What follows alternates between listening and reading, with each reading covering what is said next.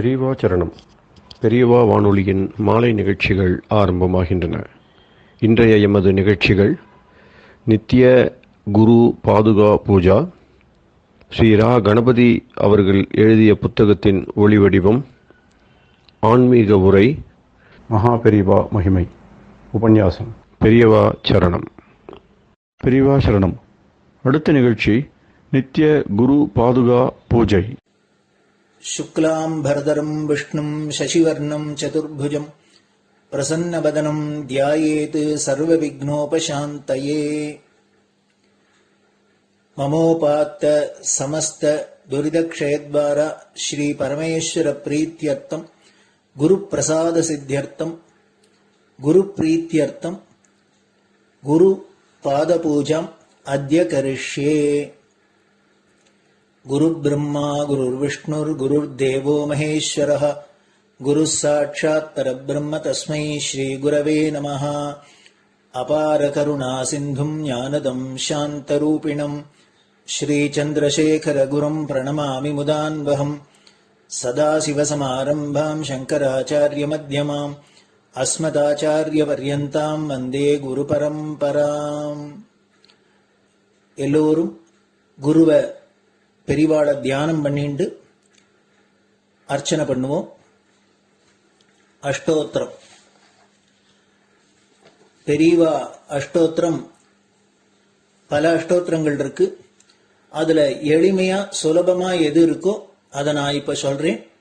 எல்லோரும் இதை கேட்டுண்டே திருப்பி சொல்ல முடிஞ்சுவா சொல்லி சொல்லி பெரிவாளுக்கு பாதத்துல ஒவ்வொரு புஷ்பத்தை அர்ச்சனை பண்ணலாம். ओम श्री कांची कामकोटि पीठाधीश्वराय नमः. श्रीमत् चंद्रशेखरेन्द्र सरस्वती गुरुभ्यो नमः. संन्यासाश्रम शिखराय नमः. काषाय दंडधारिणे नमः.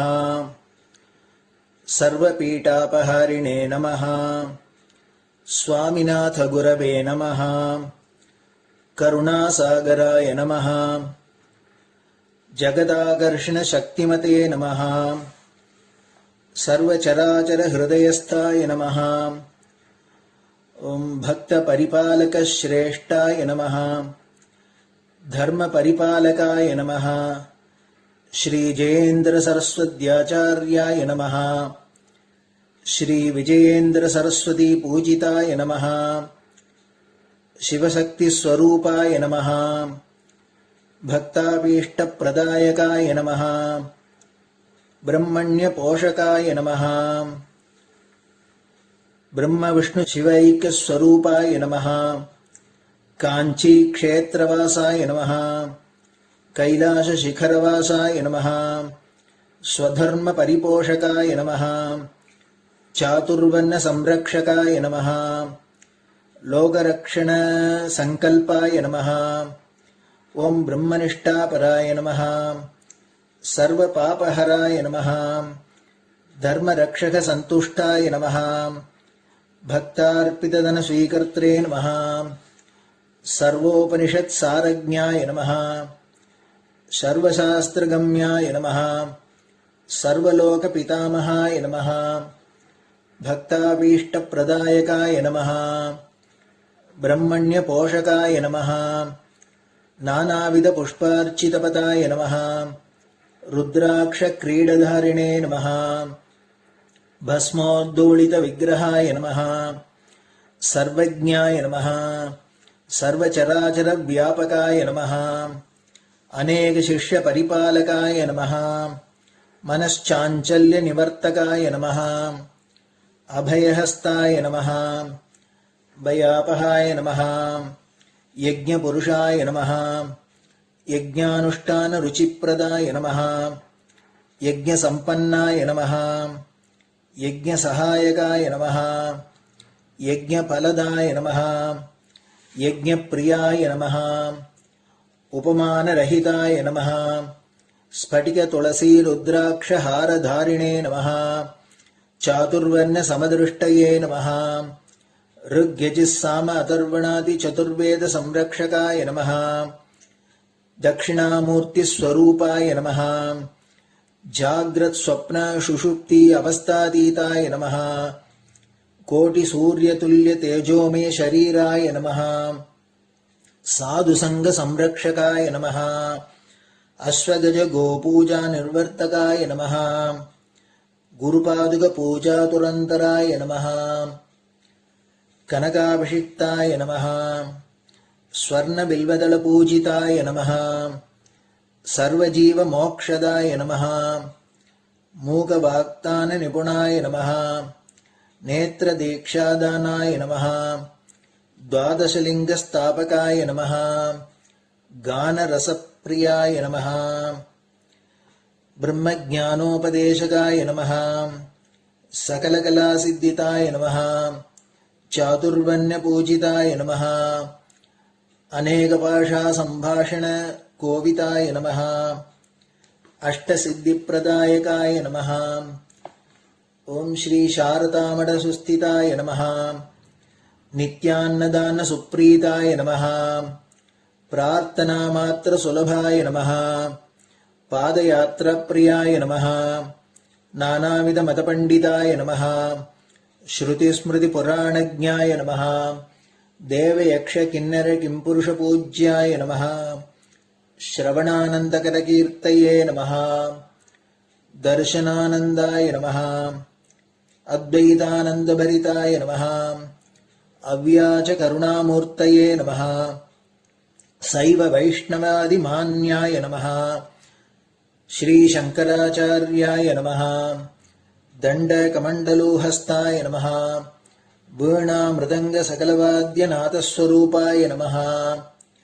रामकथारसिकाय नमः वेदवेदाङ्ग आगमादिसकलकलासतस्प्रवर्तकाय नमः हृदयगुहाशयाय नमः शतरुद्रीयवर्णितस्वरूपाय नमः केदारेश्वरनाथाय नमः अविद्यानाशकाय नमः निष्कामकर्मोपदेशकाय नमः लघुभक्तिमार्गोपदेशकाय नमः लिङ्गस्वरूपाय नमः सालग्रामसूक्ष्मस्वरूपाय नमः कालड्यां शङ्करकीर्तिस्तम्भनिर्माणकर्त्रे नमः जितेन्द्रियाय नमः शरणागतवत्सलाय नमः श्रीशैलशिखरवासाय नमः डमरुकनादविनोदाय नमः वृषभारूढाय नमः दुर्मदनाशकाय नमः आभिचारिकदोषहर्त्रे नमः मिताहाराय नमः मृत्युविमोचकशक्त्याय नमः श्रीचक्रार्चनतत्पराय नमः दासानुग्रहकारकाय नमः अनुराधानक्षत्रजाताय नमः सर्वलोकख्यातशीलाय नमः वेङ्कटेश्वरचरणपद्मषट्पदाय नमः श्री महात्रिपुरसुन्दरी समेत श्री चन्द्रमौलीश्वर पूजाप्रियाय नमः श्रीमच्चन्द्रशेखरेन्द्र सरस्वती सद्गुरु परब्रह्मणे नमः गुरुभ्यो नमः परमगुरुभ्यो नमः परमेष्टिगुरुभ्यो नमः परात्परगुरुभ्यो नमः गुरुपरम्पराभ्यां नमः गुरुपादुकाभ्यां नमो नमः. அடுத்தது ஊதுபத்தி இருந்தா அதை காமிச்சு தூபம், நெய் தீபம் இருந்தா காமிச்சு அதை நெய் தீபம் தீபம் காமிச்சுட்டு நைவேத்தியம் வெத்தலைப்பாக்கு பழம் இதுலேருந்து ஆரம்பிச்சு அவளுக்கு எது சௌரியமோ அதுபடி நைவேத்தியம் பண்ணலாம். அதுக்கு அடுத்தது கற்பூர ஹாரத்தி பண்ணி எல்லோரும் பிரதட்சிண நமஸ்காரம் பண்ணி பெரியவாள்கிட்ட பிரார்த்தனை பண்ணிண்டு எல்லோரும் க்ஷேமமா இருக்கணும், லோகம் பரம மங்களமா சௌக்கியமா இருக்கணும், எல்லோரும் வியாதி வெக்க இல்லாத ஆயுராரோக்கிய ஐஸ்வர்யத்தோட சாந்தம் அமைதியோட ஞான வைராக்கியத்தோட எல்லோரும் நல்லவர்களாயிருந்து நன்மையை அடையணும்னு பிரார்த்தனை பண்ணி இந்த பூஜையை தினம் செய்யலாம். குரு பிரம்மா குருர் விஷ்ணுர் குருர் தேவோ மகேஸ்வரः குரு சாட்சாத் பரபிரம்ம தஸ்மை ஸ்ரீ குரவே நமஹ. அபார கருணா சிந்தும் ஞானதம் சாந்தரூபிணம் ஸ்ரீ சந்திரசேகர குரும் பிரணமாமி முதான்வகம். சதாசிவசமாரம்பாம் சங்கராச்சாரிய மத்யமாம் அஸ்மதாச்சாரிய பர்யந்தாம் வந்தே குரு பரம்பராம். குரு பாத பூஜை நிறைவடைஞ்சது. பெரியவா சரணம். பெரியவா சரணம். பெரியவா வானொலியில் நேயர்கள் அடுத்து கேட்க இருப்பது ஸ்ரீ ரா கணபதி அவர்கள் எழுதிய புத்தகத்தின் ஒளி வடிவம். அளிப்பவர் ஸ்ரீமதி உமா சங்கர் அவர்கள். தேனினும் இனிய சொல்லான் தீச்சுடர் மேனி கொண்டான் ஊனுயிர்க்குயிரதான ஒன்றினைக் கலந்து நின்றான் ஏனினிக் கவலை நெஞ்சே இன்றுனக் அருள் செய்தான் இஞ்ஞானவான் காமகோட்டி நாதனை நம்புவோமே. ஜெய ஜெய சங்கர, ஹரஹர சங்கர. மகாபெரிவாளின் உபன்யாசங்களை ரா கணபதி அண்ணா தெய்வத்தின் குரல் என்ற பெயரில் 7 பாகங்களாக தொகுத்து அளித்ததின் 7ஆம் பாகத்தின் அடுத்த பகுதி. நமோ நமகா, தமிழ் அர்ச்சனை. அந்த டாபிக்கை தொட்டுவிட்டதால் சுருக்கமாக முழுக்கவும் சொல்லி முடித்தும் விடுகிறேன். அந்த வடக்கத்திக்காரர் என்னிடம் சொன்னது என்னவென்றால், மற்ற திராவிட ராஜ்யங்கள், மாநிலங்கள் என்று சொல்கிறவை, அவை உள்பட தேசம் பூராவிலும் உள்ள எவருமே தாய்மொழியில் அர்ச்சனை என்று கேட்கவில்லை.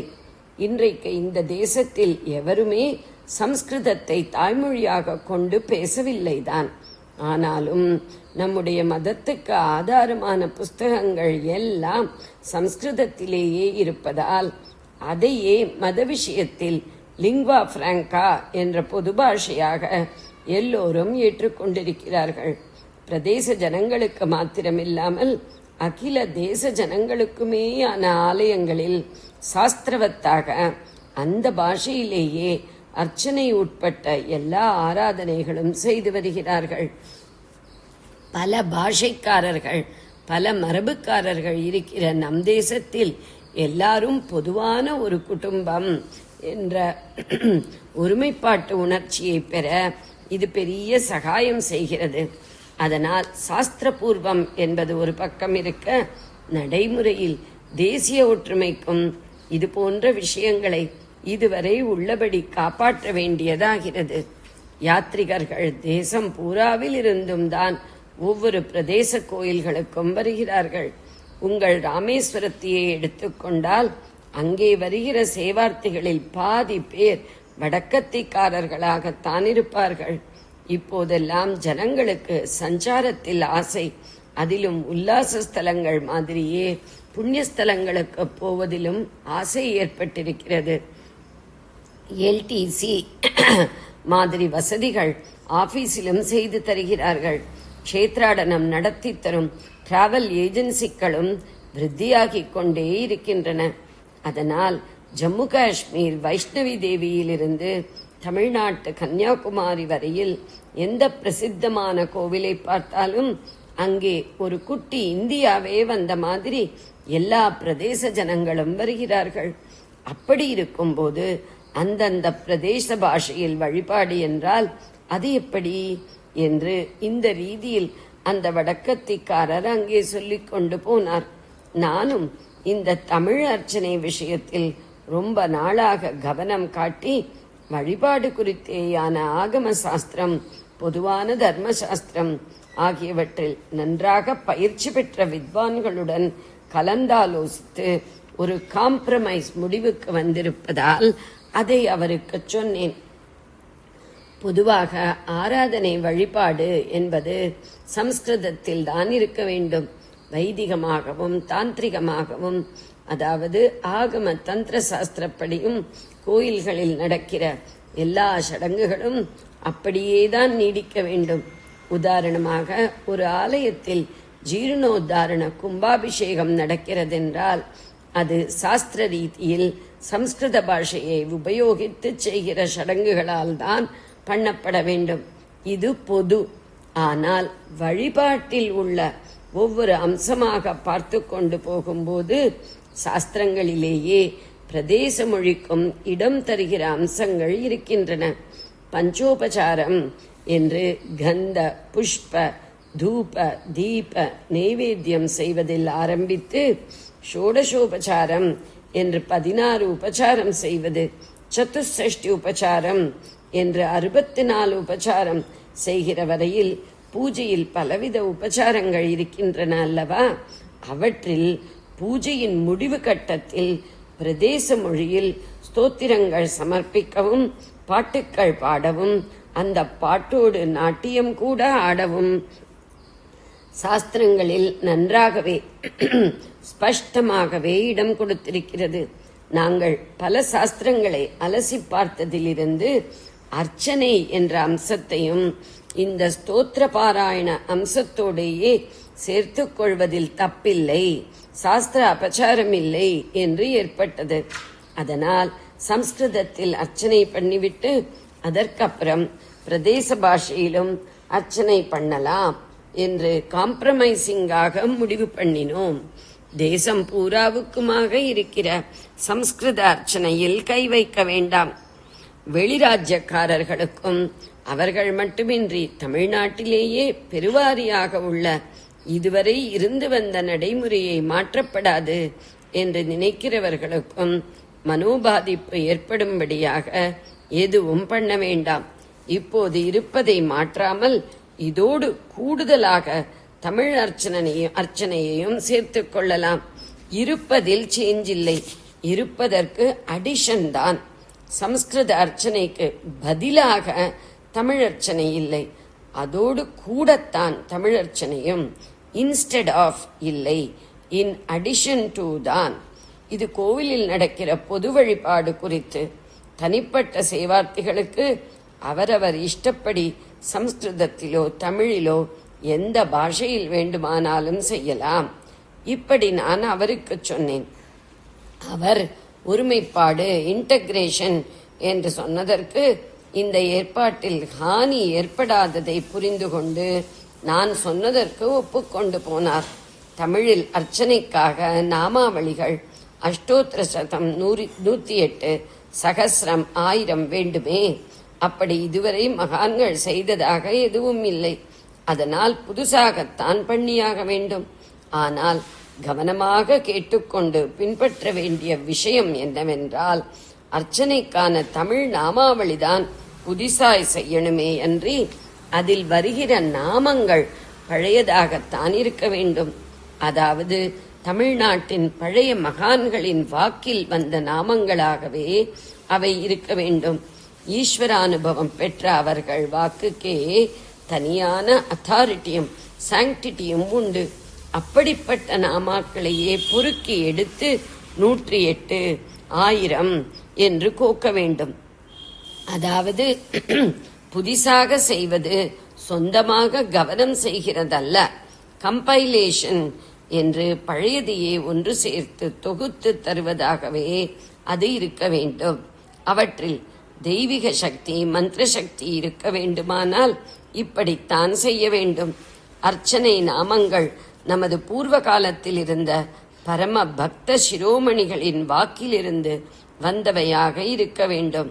அப்படிப்பட்டவற்றையே அஷ்டோத்திர நாமாவளியாகவும் சகஸ்ரநாமாவளியாகவும் தொகுக்க வேண்டும். சிவநாமாக்கள் தேவார, திருவாசக, திருமுறைகளிலிருந்து பொறுக்கி எடுக்க வேண்டும். விஷ்ணு நாமாக்கள் ஆழ்வார்களின் திவ்ய பிரபந்தத்திலிருந்து, அம்பிகை நாமங்கள் அபிராமி பட்டர், குமரகுருபரர் அவர் மீனாட்சி அம்மன் மேலே பாடியிருக்கிறார். ராமலிங்க சுவாமிகள் அவர் திருவொற்றியூர் திரிபுர சுந்தரி மேல் பாடியிருக்கிறார்.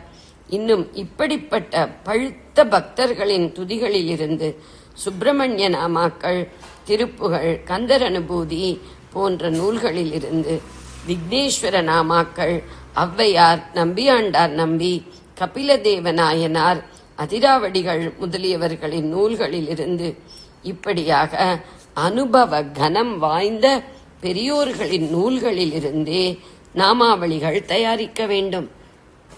சம்ஸ்கிருதத்தில் உள்ள அர்ச்சனை நாமாவளிகளில் மிக பெரும்பாலானவை அதே நாமாவையே அதே வரிசையில் கோத்துச் சொல்கிற மூலமான ஒரே ஸ்தோத்திர நூலிலிருந்து அப்படியே எடுத்து கொடுத்ததாக இருக்கும். உதாரணமாக விஷ்ணு சகஸ்ரநாம ஸ்தோத்திரத்தில் 1000 நாமாக்களை செய்யுளுருவத்தில் சொல்லியிருக்கிறது. அதிலிருந்து ஒவ்வொரு நாமாவாக அந்த வரிசைப்படியே எடுத்து ஒவ்வொரு நாமாவுக்கு முன்னாடி பிரணவமும் பின்னாடி நமகவும் சேர்த்துத்தான் அர்ச்சனை நாமாவளி என்பது இருக்கிறது. இப்படி மூல நூல் செய்யுள் உருவிலான ஒரே ஸ்தோத்திரமாயிருப்பதால் பெரிய சௌகரியம். அதை சுலபமாக மனப்பாடம் செய்துவிட முடியும். அப்படி மனப்பாடம் செய்து நன்றாக கரைத்து குடித்து விட்டால் அப்புறம் அதிலிருந்து ஒவ்வொரு நாமாவாக பிரித்து ஓம் முதலிலும் நமகா முடிவிலும் சேர்த்து சொல்வதும் மனப்பாடமாக ஆரம்பித்துவிடும். மனப்பாடமானால் புஸ்தகத்தை பார்க்க வேண்டிய அவசியமில்லாமல் மனஸ் ஒருமுகப்பட்டு விறுவிறுவென்று அர்ச்சனை பண்ணி கொண்டு போகலாம்.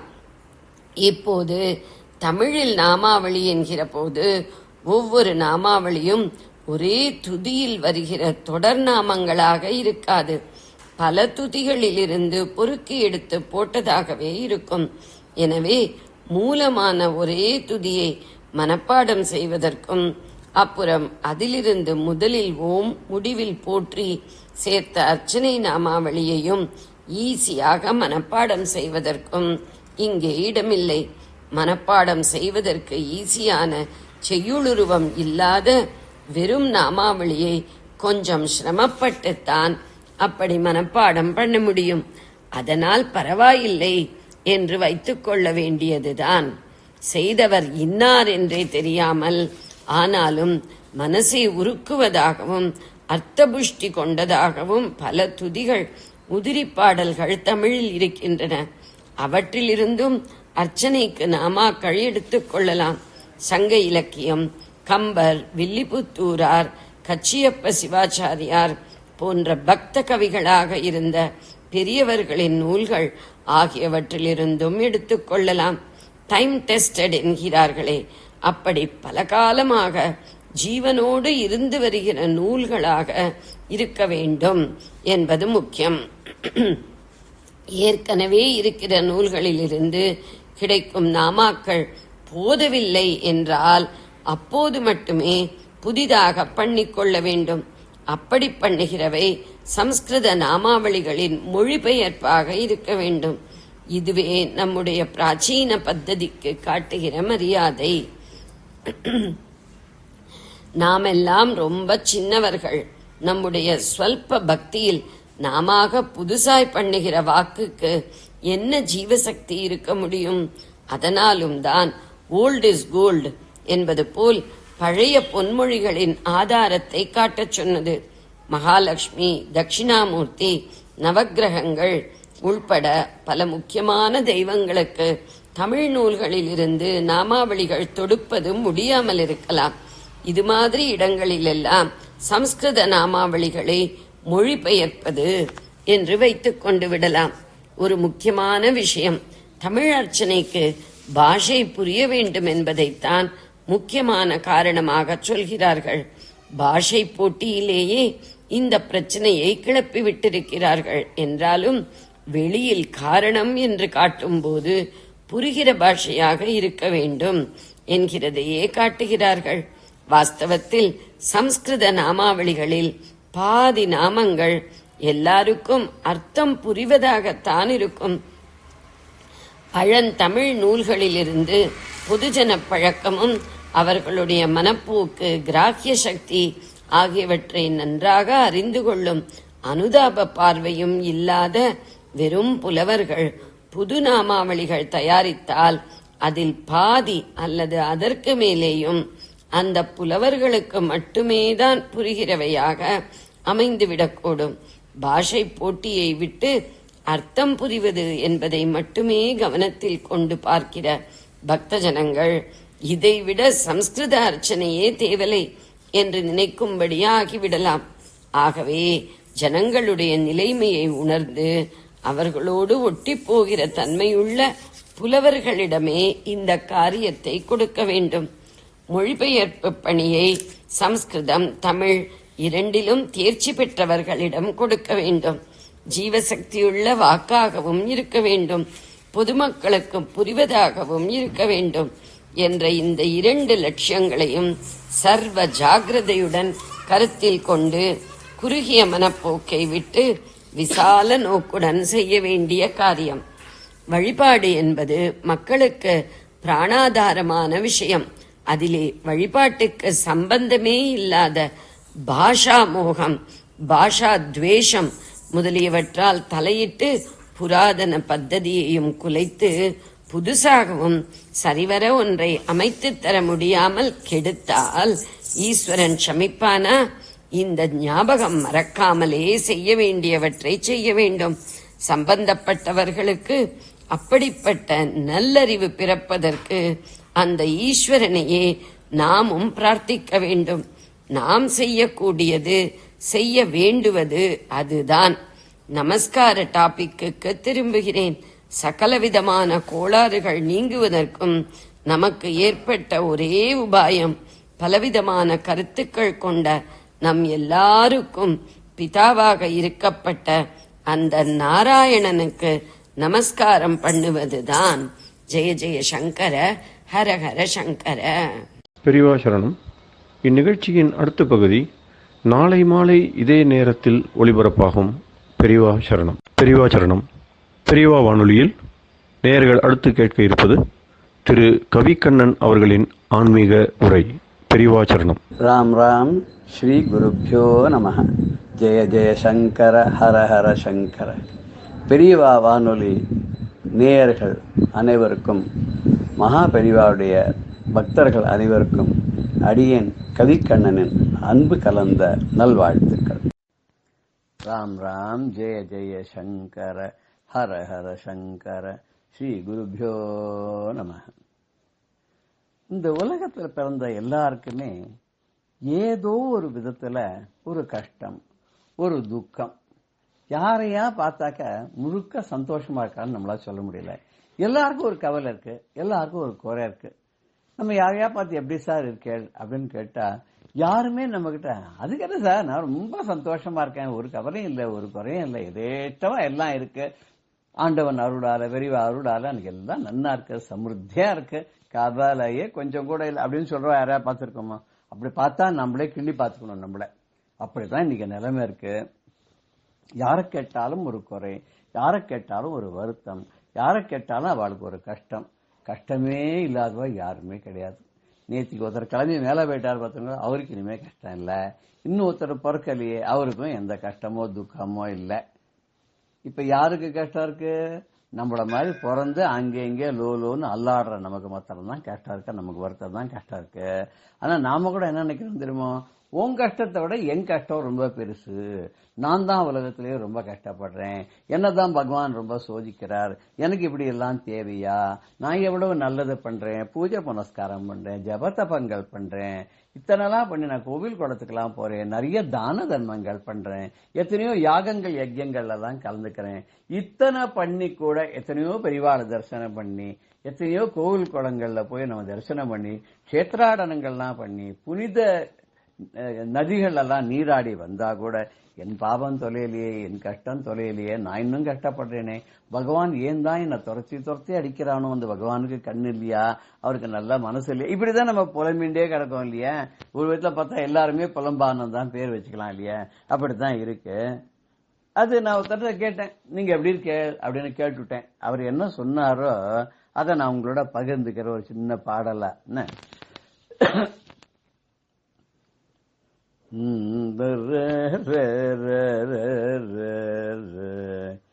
எப்படி சொல்வேனைய குருநாதா, எப்படி சொல்வேனைய குருநாதா, இப்புவியில் படும் துயரமெல்லாம் நான் எப்படி சொல்வேனைய குருநாதா, இப்புவியில் படும் துயரமெல்லாம் நான் எப்படி சொல்வேனைய குருநாதா.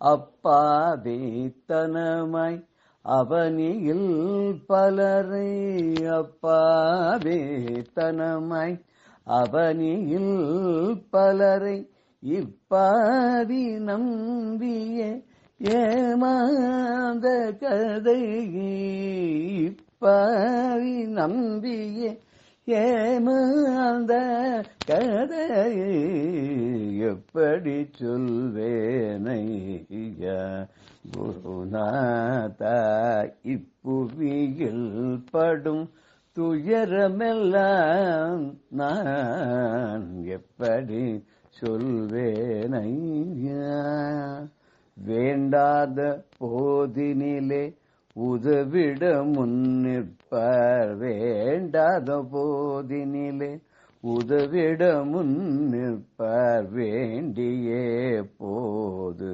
அவர் வேதனை அளிப்பார் வேண்டியோ போது அவர் வேதனை அளிப்பார் யாண்டும் வஞ்சகமாய் எதிர்படுவார் வஞ்சகமாய் எதிர்படுவார் செயல்தனை ஆண்டவனே சத்குரு சந்திரசேகரரே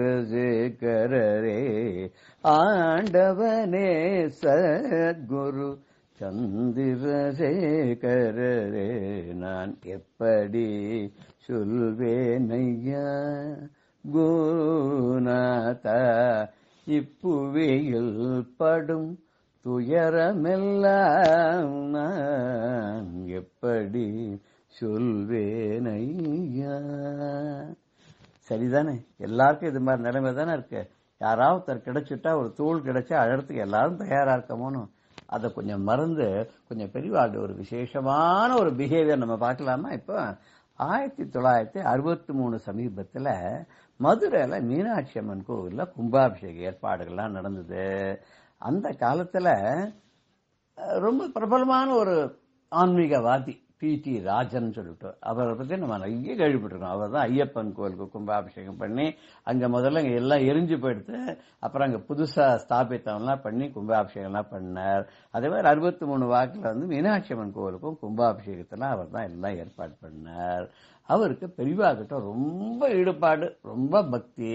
பெரியவாட்ட போய் கேட்டார், இந்த மாதிரி நாங்க வந்து கும்பாபிஷேகத்துக்கு ஏற்பாடுலாம் பண்ணிட்டேன், என்ன பண்ணணும் எப்படி பண்ணணும்னு வழிமுறைகள்லாம் கேட்டுட்டார். இப்ப பெரியவா சொன்னார், நீ வந்து எல்லா மடாதிபதிகள் எல்லா ஆதீன கர்த்தர்களையும் கூப்பிடு. இந்த மதுரை மீனாட்சி அம்மன் கோவிலுக்குன்னு பிரத்யேகமா உரிமை வந்து ஒரு மடாதிபதிக்கு தான் உண்டு. உன் மனசுக்குள்ள ஒரு சின்ன குழப்பம் இருக்குன்னு எனக்கே தெரியுது. எப்படிடா அவரையும் கூப்பிடணும், என்னையும் கூப்பிடணும், உனக்கு என் மேல பெருத்த மரியாதை, இப்ப அவருக்கு முதல் மரியாதை கொடுக்கணுமா எனக்கு முதல் மரியாதை கொடுக்கணுமா, அவருக்கு இம்பார்ட்டன்ஸ் தரணுமா எனக்கு இம்பார்ட்டன்ஸ் தரணுமா, அப்படி எல்லாம் உனக்கு நிறைய குழப்பம்லாம் இருக்கு. எல்லா ஆதீனர் கர்த்தர்களையும் எல்லா மடாதிபதிகளையும் கூப்பிடு, நீ ஒன்னுத்துக்கும் கவலைப்படாத, எனக்கு நீ எந்த ஸ்பெஷல் மரியாதையும் பண்ண வேண்டாம், எப்படி வழக்கப்படி செய்யணுமோ அப்படியே பண்ணு. நான் என்ன பண்றேன்னாக்க, நான் முன்கூட்டியே வந்து அங்க உள்ள பொற்றாமரை குளம் இருக்கு பத்தியா, அந்த குளத்துக்கிட்ட உட்காந்து நான் ஜெபம் பண்ணிட்டு இருக்கேன். நீ என்ன பத்தி கவலைப்படாத, நான் வந்திருக்கேனா வரலையான்றலாம் ஒன்னும் கவலைப்படாத. நீ மத்த எல்லா விஷயங்களும் கவனிச்சுண்டு வரவேண்டிவாள்லாம் வர வச்சுட்டு எல்லாரும் எதிர்கொண்டு அழைச்சு பூர்ண கும்பத்தோட அந்த முக்கியமான நீ நினைக்கிற பெரிய ஒரு மட்டாதிபதியா இருக்கார அவரையும் கூப்பிட்டு அவரை கூட்டுன்னு போய் நிக்க வச்சு எல்லாம் பண்ணிட்டு கடைசியில வந்து எங்கிட்ட வந்து எல்லாம் ரெடி ஆயிடுச்சு அப்படின்னு சொன்னேன்னா, நானும் கூட்டத்தோட கூட்டமா நானும் வந்துட்டு நீ எங்க சொல்றியோ எங்க இடம் கொடுக்குறியோ அந்த இடத்துல நானும் நின்று கும்பாபிஷேகத்தை பார்த்துட்டு வந்துடுறேன், ஒன்னும் நீ கவலையே பட வேண்டாம் அப்படின்னு. ஆனா இவருக்கு மாத்திரம் ரொம்ப மனசுக்கு ரொம்ப கஷ்டமா இருந்தான். இதுல ரொம்ப வேடிக்கை என்ன ஆச்சுன்னா, எல்லா ஏற்பாடும் பண்ணியாச்சு, கும்பாபிஷேக நாள் வந்தது, எல்லா ஆதீன கர்த்தர்களும் வந்தா, எல்லா ஆதீன கர்த்தர்களும் எல்லா மத்த பீட்டாதிபதிகள் எல்லாம் சேர்ந்து ஒட்டுமொத்தமா சொல்லிட்டா, எங்க எல்லாருக்கும் மகா குருவாக ஜெகத்குருவாக விளங்கக்கூடியவர் காஞ்சி பெரியவர் தான், அதனால அவருக்கு தான் முதன்மையான ஸ்தானம் கொடுத்து அவருக்கு தான் மரியாதை கொடுத்து எல்லாம் பண்ணணும்னு. ஆனா அவர் P.T. ராஜன் அவர்களுக்கு அந்த குழப்பம் தேரல. என்ன இது எல்லாத்தையோட ஒரு ரொம்ப ஒரு இதை எதிர்பார்க்கக்கூடிய மரியாதையை, முதல் மரியாதையை எதிர்பார்க்கக்கூடிய, தன்னை ரொம்ப முன்னிறுத்தக்கூடிய ஒரு பெரியவரை அவர் தான் கூப்பிடணுங்கிற மாதிரியான ஒரு நிர்பந்தம் வேற இருந்தது. என்ன பண்றதுடான்னு தலையில கை வச்சுட்டு இருக்கும்போது அவருக்கு செய்தி வந்தது. ஏதோ சில பல காரணங்கள், தவிர்க்க முடியாத காரணங்களால அந்த மடாதிபதி வர முடியாத பெடுத்து.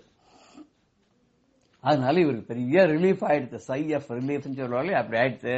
ஆனா நம்ம பெரியவா என்ன பண்ணா தெரியுமா, சொன்ன வார்த்தையை காப்பாற்றணும். அதனால பெரியவா அன்னைக்கு நேரா மதுரைக்கு வந்தா, கோவிலுக்குள்ள போனா, அந்த குளத்தை, பொற்றாமரை குளம் சொல்ல, அந்த குளத்தன் கரையிலேயே உட்கார்ந்துண்டா.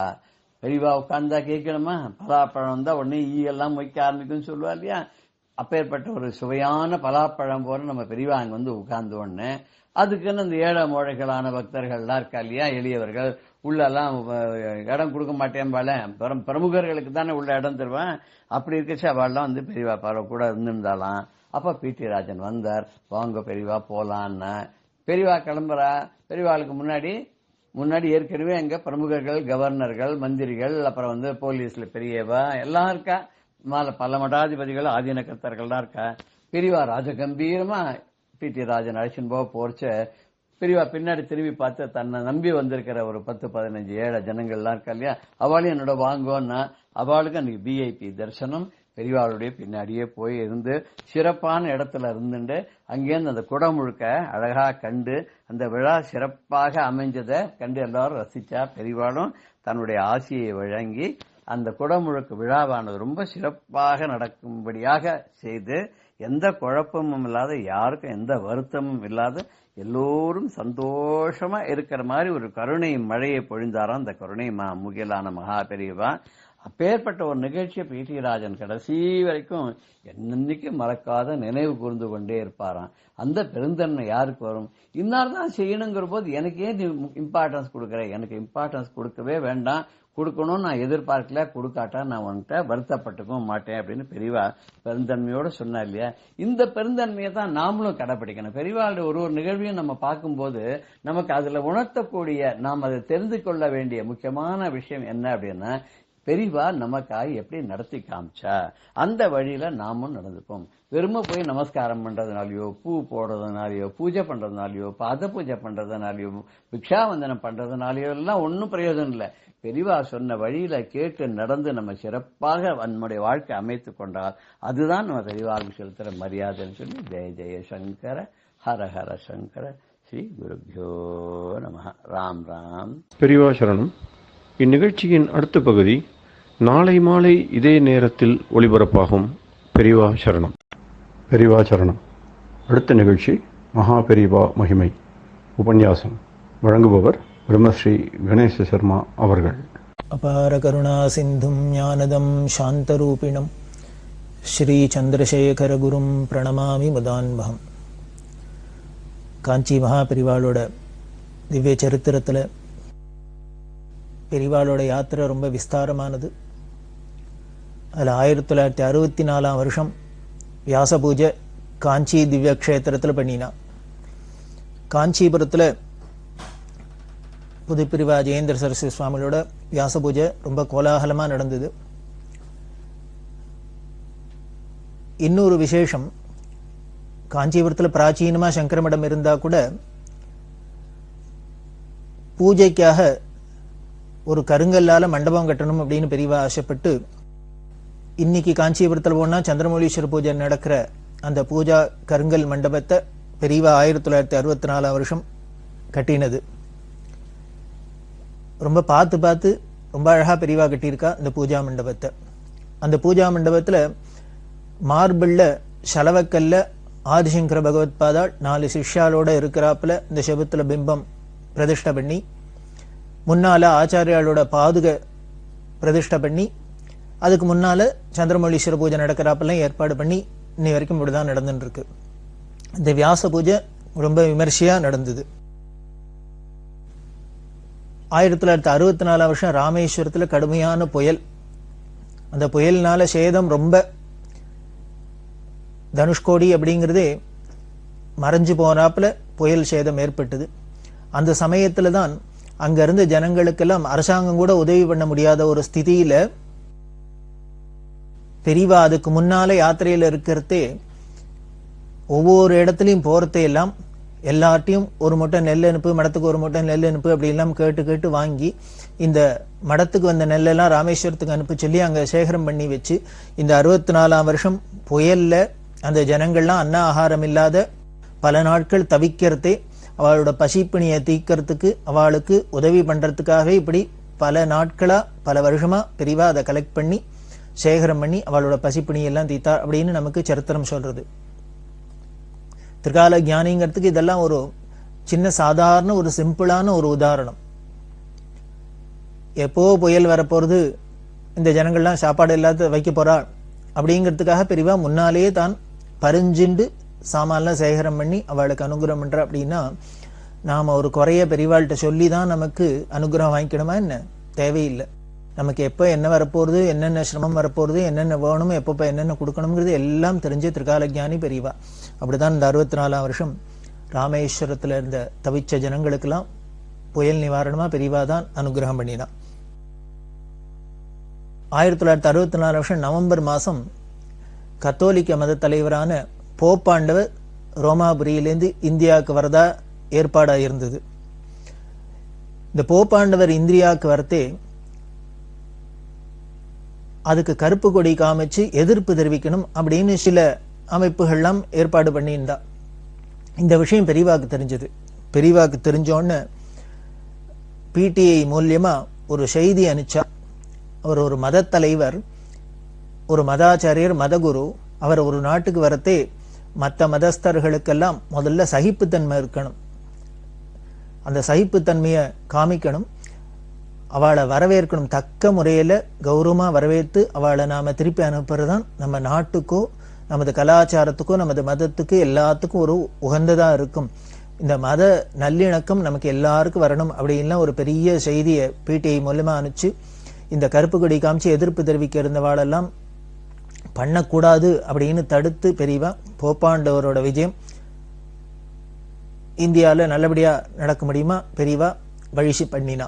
இதை எதை காமிக்கிறது அப்படின்னா பெரியவாளோட சமரச பாவத்தை காமிக்கிறது. எம்மதம் சம்மதம், எம்மதம் சம்மதம் நாமெல்லாம் சும்மா வாயால தான் சொல்லிட்டு இருப்போம். அது கூட எம்மதமும் சம்மதம் அப்படின்னு யாரு இந்துக்கள் தான் சொல்றா. மற்றவாள்லாம் யாரும் அவ மதத்தை விட்டு கொடுக்கறதே இல்லை, அவ மதத்தை தவிர வேற எதையும் அவ சம்மதிக்கிறது இல்லை. அவ்வளவு மத நம்பிக்கையோட தான் இருக்கா.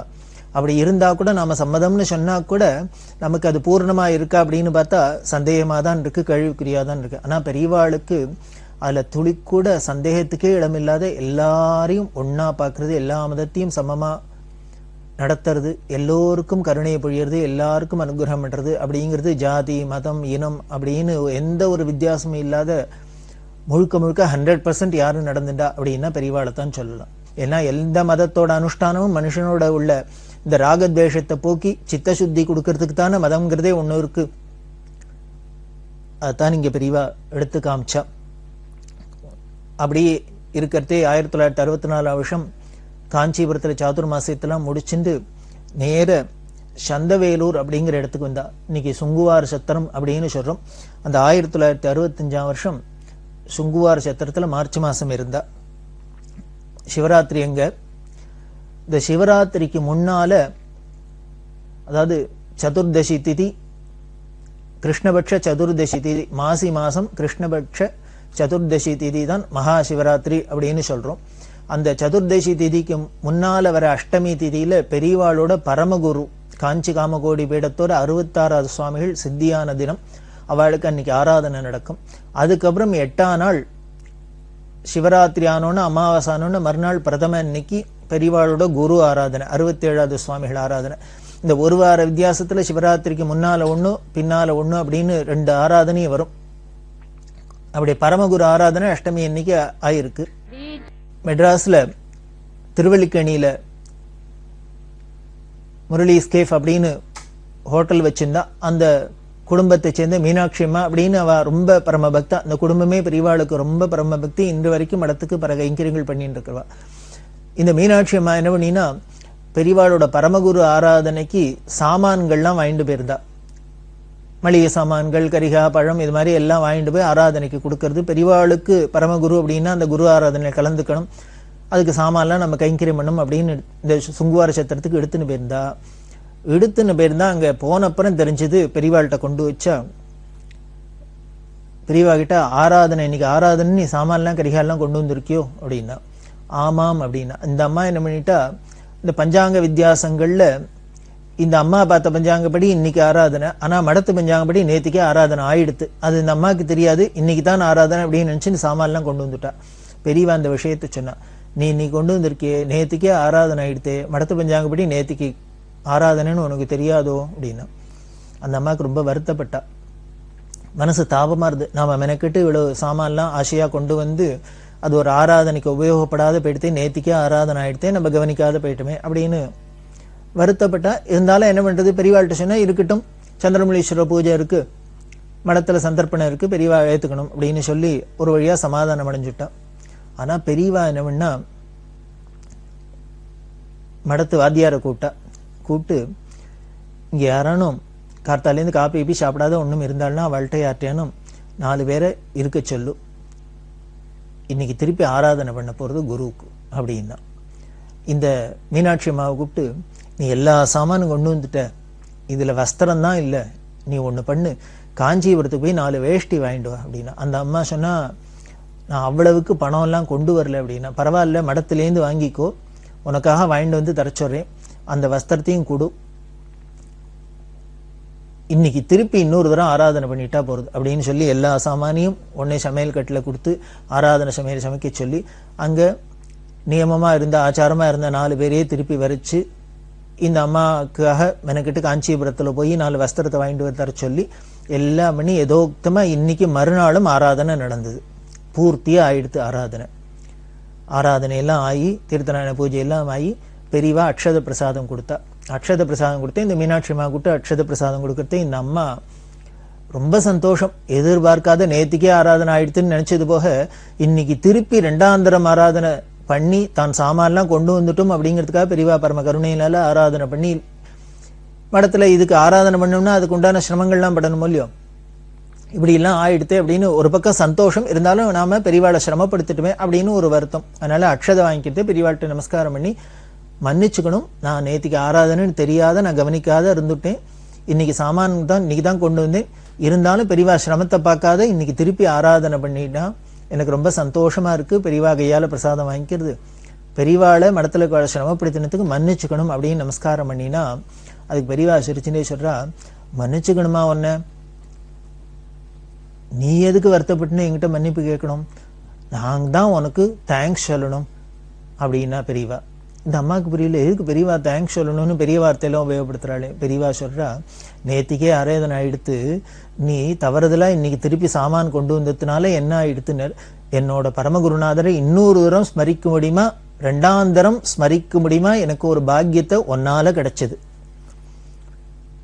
அதனால நான் தான் உனக்கு நன்றி சொல்லணும் அப்படின்னா இது அந்த அம்மாவை ரொம்ப அப்படியே உருக்கித்து பெரியவாளோட குருபக்தி என்னன்னு சொல்றது என்ன ஆசை பாருங்க நம்மளா இருந்தா ஒரு காரியம் நேத்திக்கே ஆயிடுத்து இன்னைக்கு ஒரு தரம் பண்றதுக்கே நமக்கு அலுப்பா இருக்கு சிரமமா இருக்கு பித்திரு சாதம் அம்மாவுக்கு சாதம் அப்பாவுக்கு சாதம் அப்படின்னா எல்லாருக்கும் வருஷத்துக்கு ஒரு தரம் பண்றதுக்கே நமக்கு ஏதோ கடனா பயந்துன்னு பண்றோம் ஆனா பெரியவா என்ன பண்றா அப்படின்னா ஒரு தரம் பண்றது இல்லையா திருப்பி திருப்பி பண்ணணும்னா தன்னோட குருவுக்கும் பரமகுருக்கெல்லாம் பண்றதுதான் பெரியவாளுக்கு அவ்வளவு சந்தோஷமா இருக்கு இதுதான் நினைச்சு அந்த மீனாட்சி அம்மா உருகினா இப்படி குரு பக்தி இருக்குமா இப்படி ஒரு குரு பக்தி இருக்குமா அப்படின்னு பெரியவா அதை சொல்லி ஆனந்தப்பட்டா ஒன்னாலே இன்னைக்கு என்னோட குருநாதால திருப்பி ஸ்மரிக்க முடியுமா ஆச்சு பாக்கியம் கிடைச்சது திருப்பி ஸ்மரிக்க முடியுமா பாக்கியம் கிடைச்சது அதனால நான் தான் உனக்கு கடமைப்பட்டிருக்கேன் நான் தான் உனக்கு நன்றி சொல்லணும் அப்படி எல்லாம் சொன்னேன் இப்படி இந்த சுங்குவார சத்திரத்துல திருப்பி ஆராதனை அதாவது பூஜை எல்லாம் நடந்தாக்க என்ன பண்ணுவோம் வரலட்சுமி நோன்பு பிள்ளையார் சதுர்த்தி இது மாதிரி பூஜை எல்லாம் பண்ணினா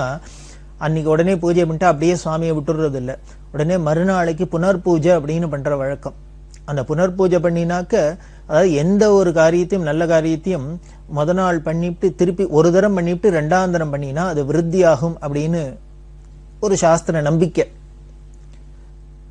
ஒரே தரத்தோட விடக்கூடாது ஒரு எந்த ஒரு காரியமும் நல்ல காரியம் பண்ணினோம்னா இப்போ உதாரணத்துக்கு சொல்லணும்னா ஒருத்தட்ட போய் ஏதாவது ஒரு பாட்டு கத்துக்கிறோம் ஏதோ ஒரு வித்தியை ஆரம்பிக்கிறோம் அப்படின்னா விஜயதசமி அன்னைக்கு போய் ஆரம்பிக்கிறோம் அப்படின்னா விஜயதசமி அன்னைக்கு போய் ஆரம்பிச்சுட்டு உடனே கட்டாயம் மறுநாளைக்கு அதை போய் கண்டினியூ பண்ணணும் அப்படி பண்ணினாதான் அது வளரும் அப்படின்னு சாஸ்திர நம்பிக்கை அதே மாதிரி ஒரு இது மாதிரி விசேஷ பூஜைகள்லாம் பண்ணா மறுநாளைக்கு புனர் பூஜை அப்படின்னு பண்ற வழக்கம். இப்படி பூஜைகளுக்கெல்லாம் தான் பார்த்துருக்கோம். ஆனா பெரியவா இங்க என்ன பண்ணினார், குருவோட பரமகுருவோட ஆராதனை பண்ணிட்டு மறுநாளைக்கு திருப்பி புனர் ஆராதனையும் பண்ணி திருப்பி திருப்பி தன்னோட குருநாதரை பரமகுருநாதரை ஸ்மரிச்சுட்டே இருக்கணும் அப்படின்னு பண்ணி காமிச்சிருக்கா நமக்கு. இப்படி பெரியவா சரித்திரத்துல பார்த்தீங்கன்னா பல விஷயங்கள் நமக்கு ரொம்ப அபூர்வமான இது மாதிரி விஷயங்கள்லாம் கிடைக்கும். இதெல்லாம் ஒரு படிப்பினை, இதெல்லாம் நம்ம தெரிஞ்சுக்கலாம், நமக்கே இது ஒரு பெரிய பிரமாணம் மாதிரி இருக்கும். அப்படி இந்த சுங்குவார சத்திரத்துல தான் நடந்தது. இந்த சுங்குவார சத்திரத்துல இருக்கிறதே மகாபெரிவாளோட பக்தர்கள்ல ஒருத்தர் பான்ஸ் நாராயணன் அப்படின்னு, இவ அக்கா நாகலட்சுமி அப்படின்னு, பம்பாய் நாகலட்சுமி அப்படின்னு சொல்லுவா. இந்த நாகலட்சுமி அம்மா எல்லாம் எப்படி கிருஷ்ண பரமாத்மாவை சுத்தி கோபிகாஸ்திரிகள்லாம் இருந்தாலும் தன்னோட வீடு வாசல் கணவன் குழந்தைகள் இப்படின்னு எந்த ஒரு சொந்த பந்தத்தையும் பாராட்டாத கிருஷ்ணர் கிருஷ்ணர் கிருஷ்ணர் கிருஷ்ணர்னு அவனையே நினைச்சுண்டு உருகி உருகி பக்தி பண்ணியிருந்தாலும் அவளுக்கு துல்லியமா இந்த நாகலட்சுமி, பொள்ளாச்சி ஜெயம்ங்கிறவா, இந்த வேணநீலா, இது மாதிரி பல பக்தாள் பெரிவாள்கிட்ட இருந்தா. அதுல இந்த நாகலட்சுமியோட தம்பி தான் பான்ச நாராயணன்.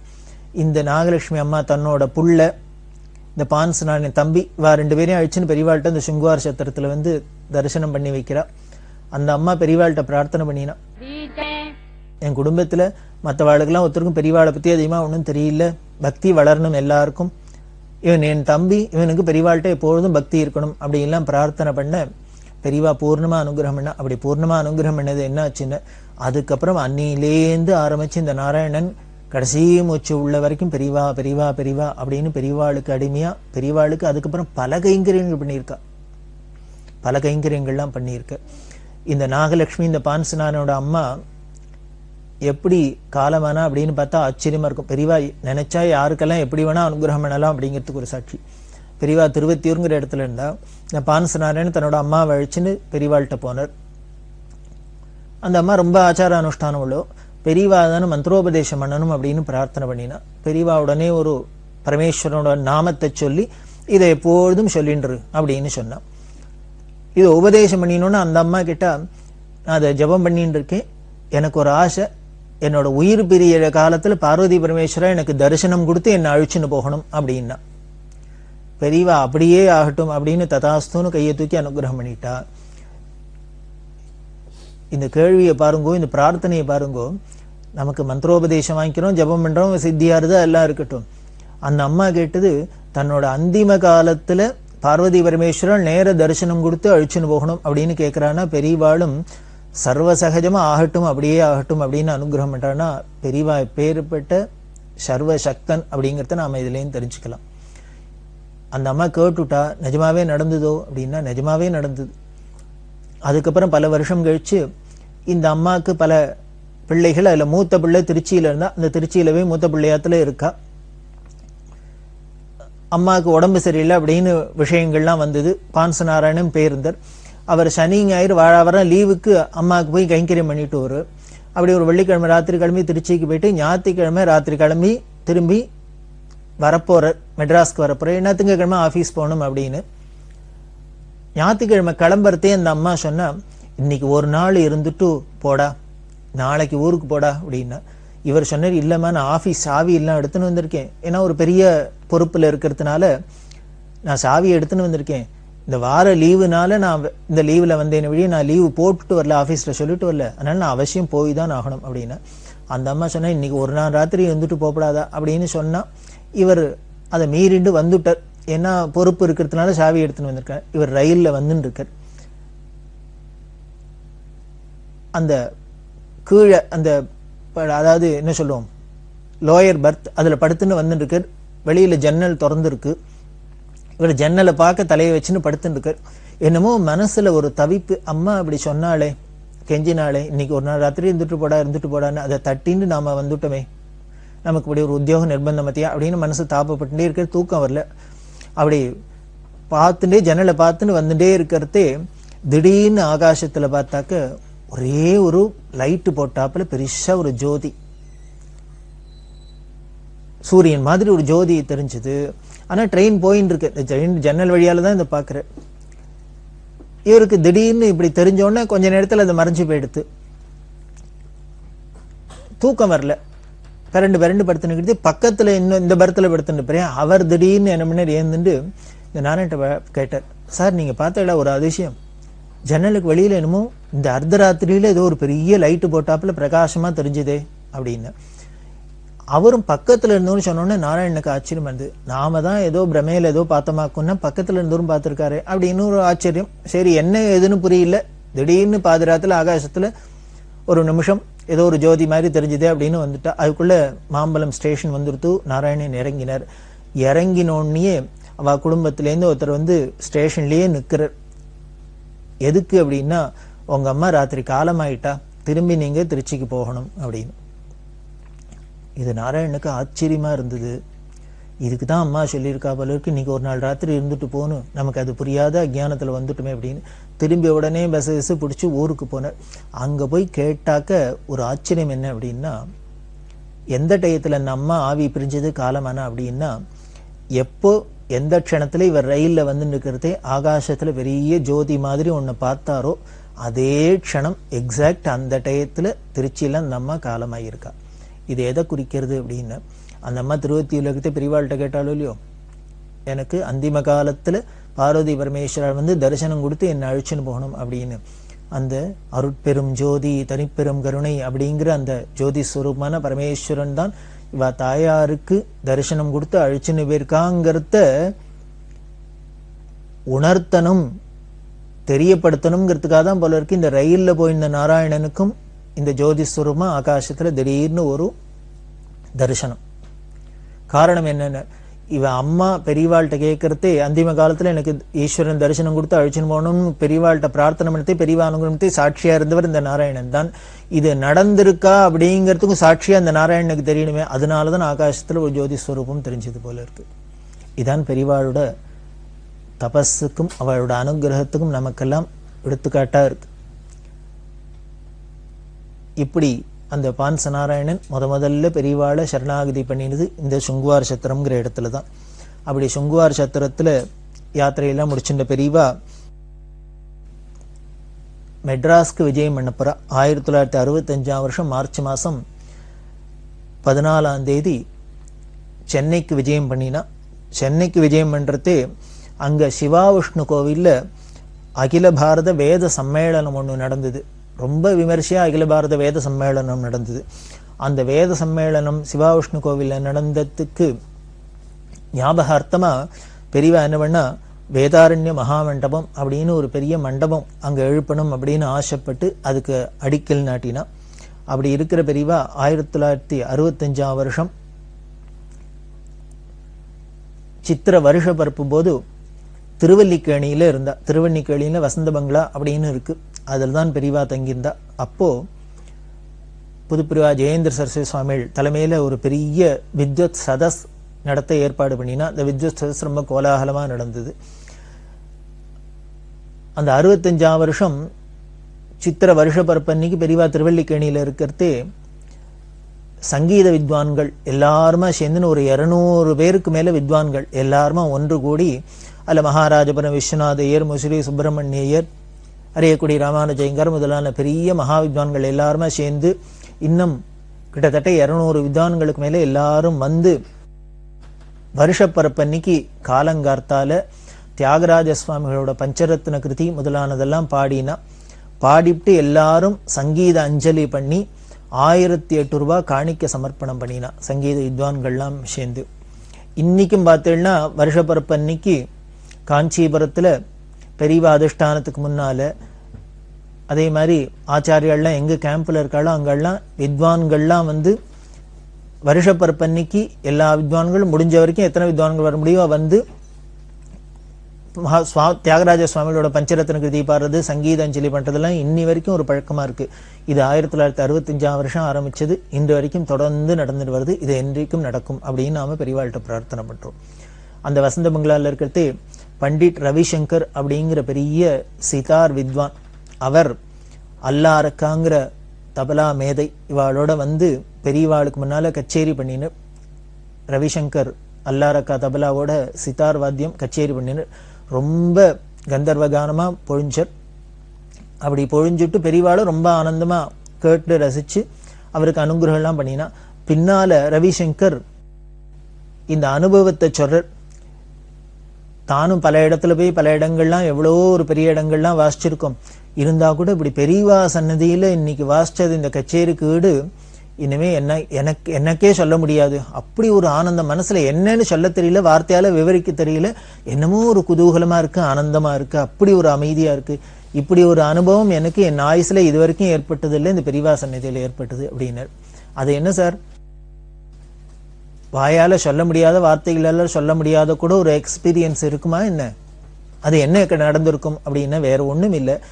பிரம்மானுபவம் ஏற்பட்டதுன்னா, பிரம்மானந்தத்தை ஒருத்தர் அடைஞ்சார்னா அதை என்னன்னு வார்த்தையால சொல்றது, அது எப்படி இருக்கும்னு சொல்றது? அமிர்தம் சாப்பிட்டோம் அப்படின்னா ஏதோ காஃபி சாப்பிட்டேன், இதுமே ஆர்லிக் சாப்பிட்டேன், அது சாப்பிட்டேன், இது சாப்பிட்டேன்னா உடனே இப்படி இருந்தது அப்படி இருந்துன்னு சொல்லிவிடலாம்.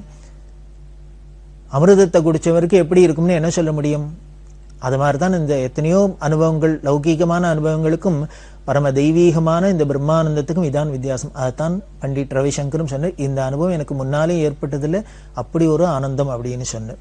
இப்படி பல பேருக்கு பிரம்மானந்தத்தை கொடுத்துட்டு இருக்கிற பெரியவா தன்னோட அந்த திவ்ய தரிசனத்தை கொடுத்து எல்லாருக்கும் ஆனந்தத்தை கொடுத்துருக்க பெரியவா இன்னும் எப்படி இல்லாம் இங்க யாராருக்கெல்லாம் என்னென்ன அனுகிரகம் பண்ணாங்க தொடர்ந்து பார்க்க போறோம். பெரியவா சரணம். இந்நிகழ்ச்சியின் அடுத்த பகுதி நாளை மாலை இதே நேரத்தில் ஒளிபரப்பாகும். பெரியவா சரணம். பெரியவா சரணம். அடுத்த நிகழ்ச்சி திருவாசக இன்னிசை. வழங்குபவர் ஸ்ரீ சத்குருநாத தேசிகர் அவர்கள். பெரியவா சரணம். திருச்சிற்றம்பலம்.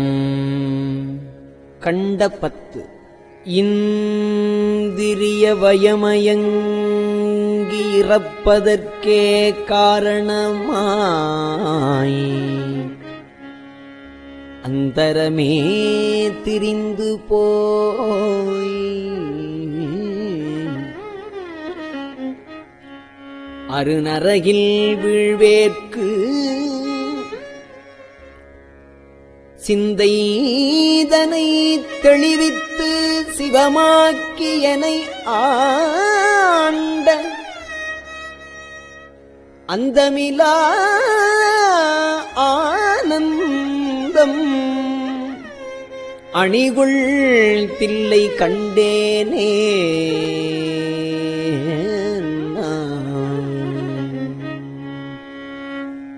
வினைப்பிறவி என்கின்ற வேதனையில்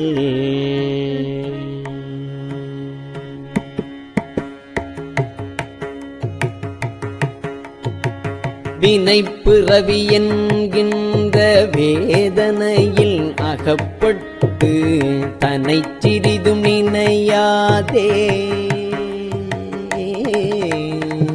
தன்னை சிறிதும் நினையாதே தளர்வெய்தி கிடப்பேனை என்னை பெரிதும் ஆட்கொண்டு,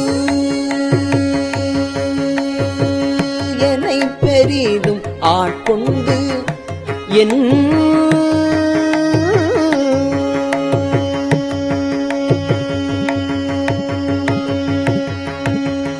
என்னை பெரிதும் ஆட்கொண்டு என் பிறப்பறுத்த இணையிலேயே அனைத்துலகும் தொழும் தில்லை,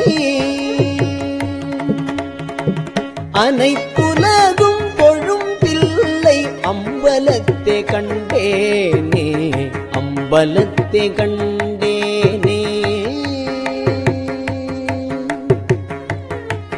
கண்டே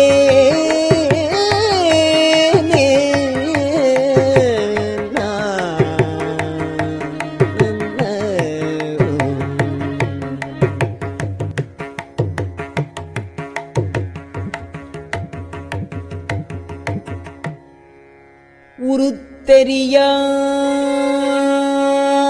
காலத்தே உள் புகுந்து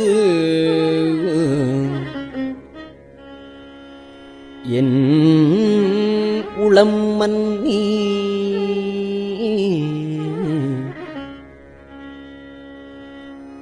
கருத்திருத்தி ஊன்புக்கு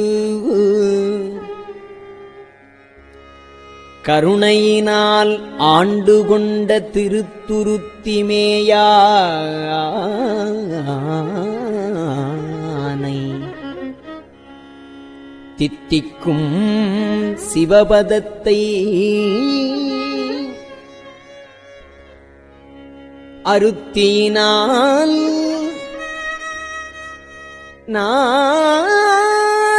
நாயடியேல் அணிகுள் தில்லை கண்டேனே.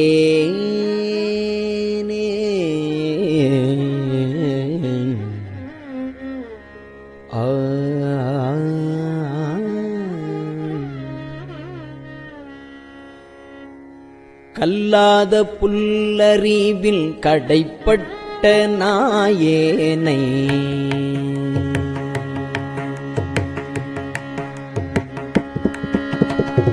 கல்லாத புல்லறிவில் கடைப்பட்ட நாயேனை வல்லாளனாய் வந்து வனப்பெய்தி இருக்கும் வண்ணம் பல்லோரும் காண என்றன் பசுபாசம் அறுத்தானை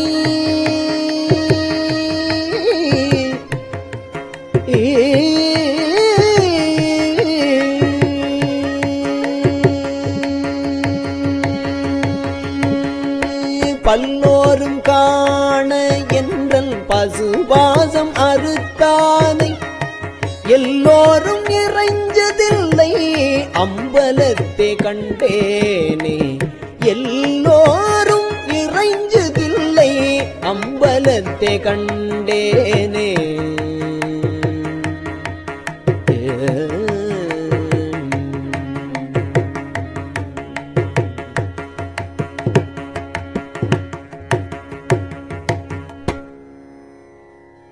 சாதி குலம் பிறப்பு என்னும் சுழிப்பட்டு தடுமாறும்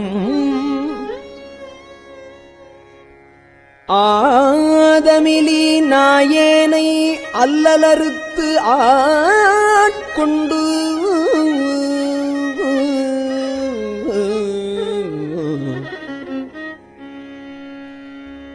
பேதை குணம் பிறர் உருவம் யான் எனது என் உரைமாய்த்து கோதில் அமுதானானை குலாவுதில்லைக் கண்டேனே.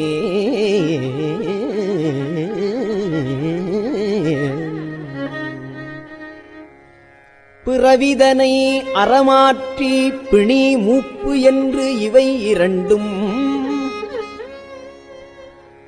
உறவினொடும் ஒழியே சென்று உலகுடைய ஒரு முதலை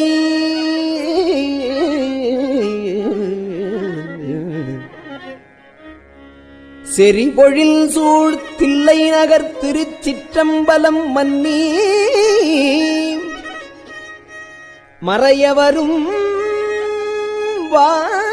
வானவரும் வணங்கிட நான் கண்டேனே.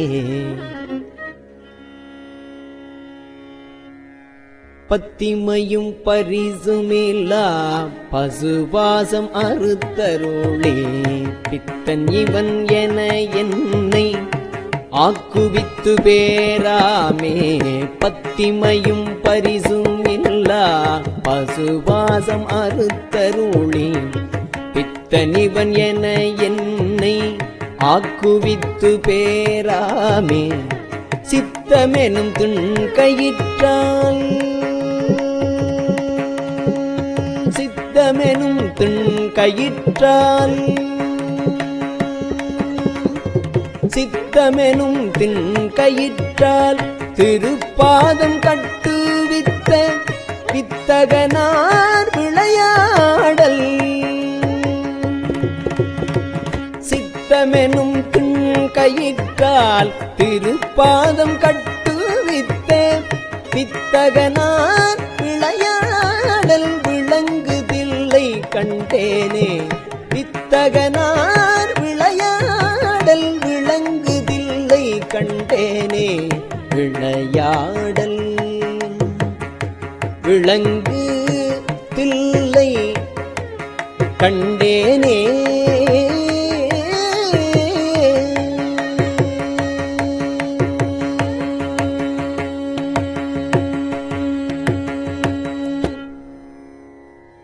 அளவிலா பாவகத்தான்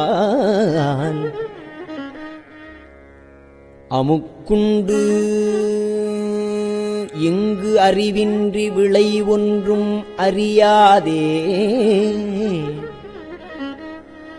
வெறுவியனாய் கிடப்பேனுக்கு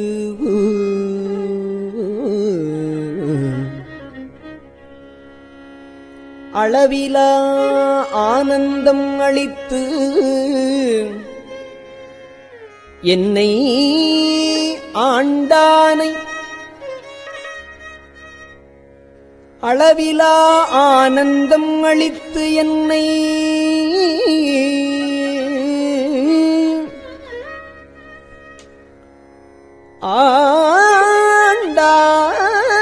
ஆண்டானை களவிலாவானவரும் தொழுந்தில்லை கண்டேனே.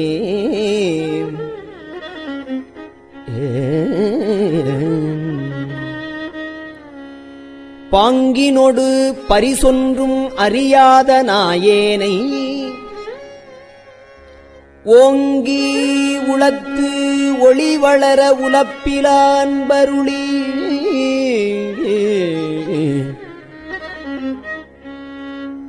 வாங்கி வினை மலம் அறுத்து வான் கருணை தந்தானை நான்கு மறை பயில் தில்லை அம்பலத்தே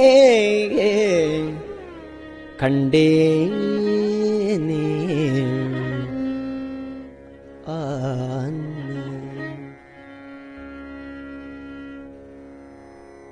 பூதங்கள் ஐந்தாகி புலனாகி பொறியாகி பூதங்கள் ஐந்தாகி புலனாகி பொறியாகி வேதங்கள் அனைத்துமாய்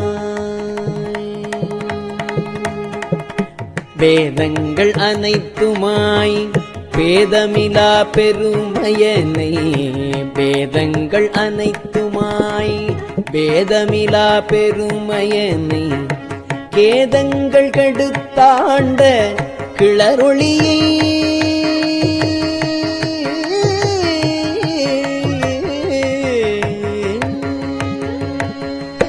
கேதங்கள் கெடுத்தாண்ட கிளரொளியை மரகதத்தை கேதங்கள் கடுத்து ஆண்ட கிளரொளியை மரகதத்தை வேதங்கள் தொழுது ஏத்தும் வேதங்கள் தொழுதேத்தும் விளங்குதில்லை கண்டேனே.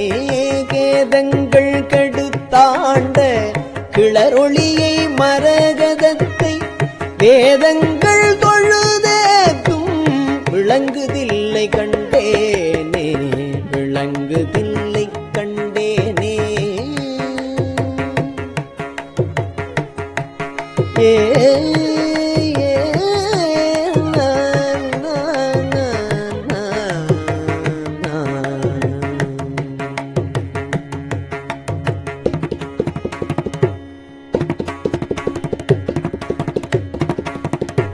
திருச்சிற்றம்பலம்.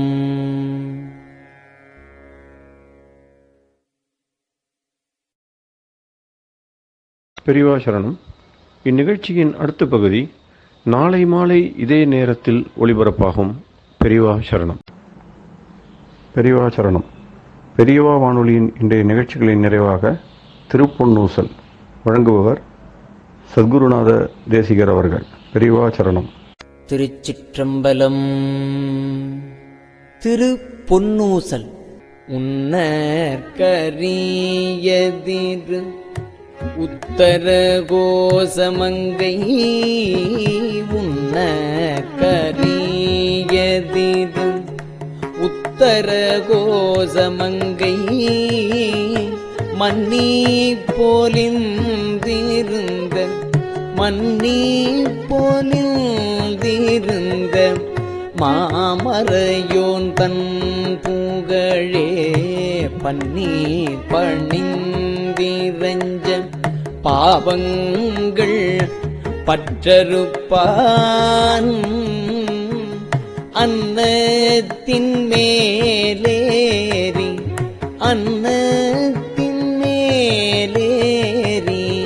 ஆடும் அணி மயில் போல் என்னத்தன் என்னையும் ஆட்கொண்டான் எழில்வாடி பொன்கொத்த பூன்முலையீர்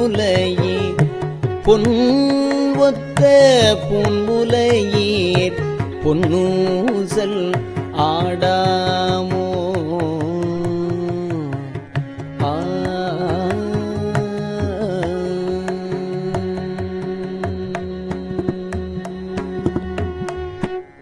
திருச்சிற்றம்பலம்.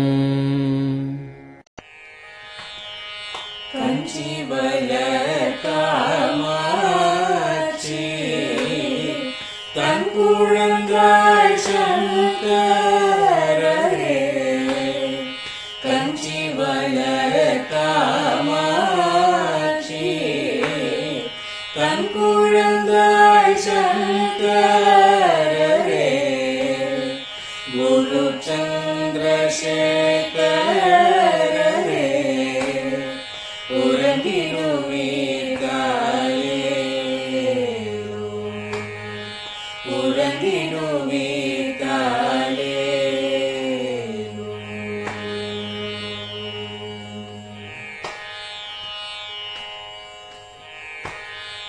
ஆதிகுரு சங்கரராய்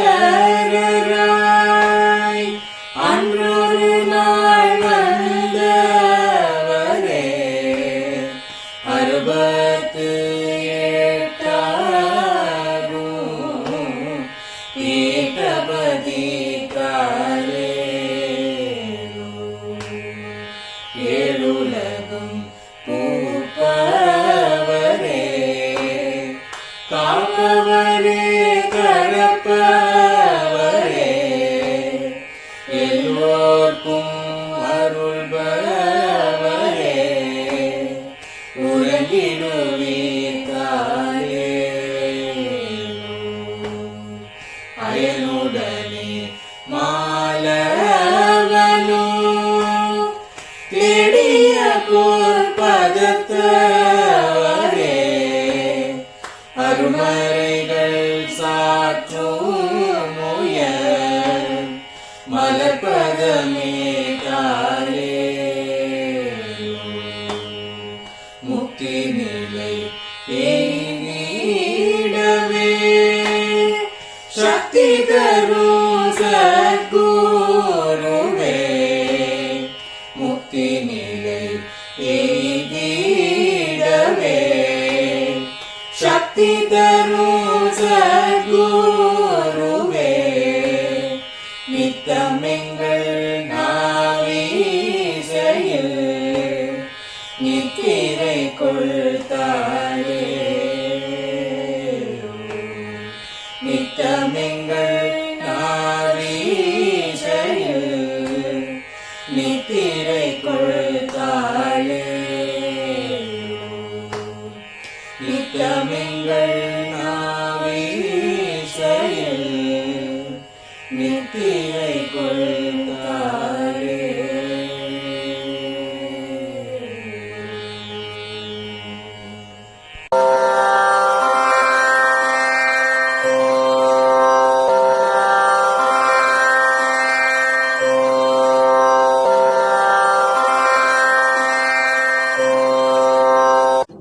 பெரியவா சரணம். பெரியவா வானொலியின் மாலை நிகழ்ச்சிகள் இத்துடன் நிறைவடைகின்றன.